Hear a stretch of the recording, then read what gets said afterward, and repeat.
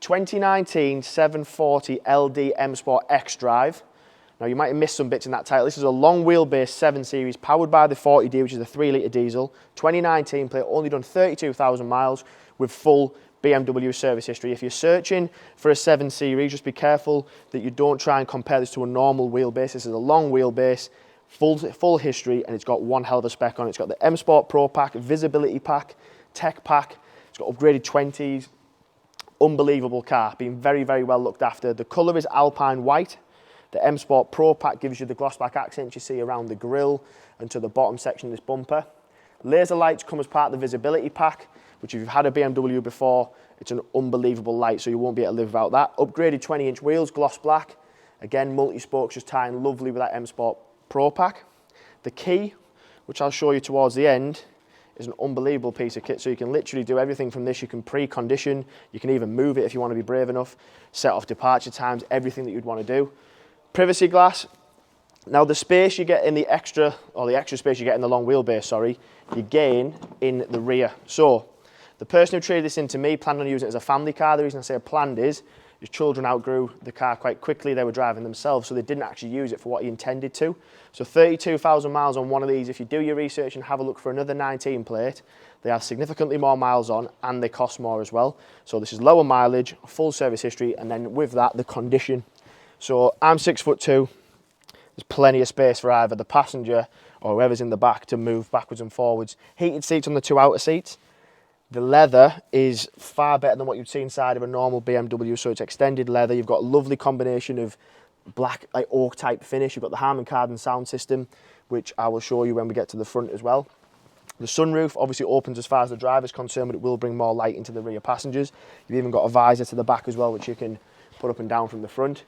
The boot space, obviously with it being a 7 Series, you've got plenty of boot space anyway.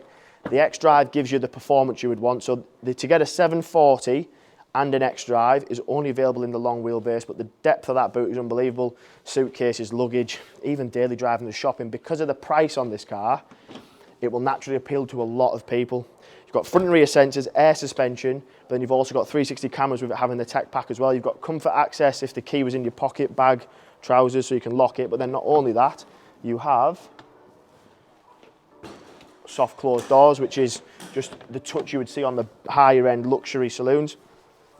Towards the front, so you've got electric memory setting seats there, obviously heated in the front as well. Your Harman Kardon sound system already touched on. The ambient lighting pack is very bright on these BMWs, especially when you've got a dark interior. The contrast seems to work quite well. Obviously your seat controls just down to the side here, or you've got your memory setting on there as well. If I start it up,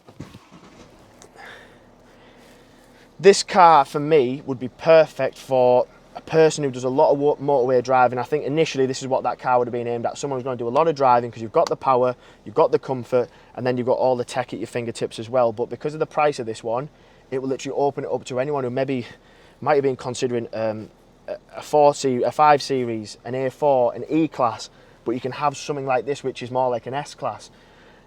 A8, something like that. You've got all that executive touch and the power. You've got your iDrive system to the top there, which pretty much has everything from your media, your navigation, but you can also change your ambient lighting pack as well.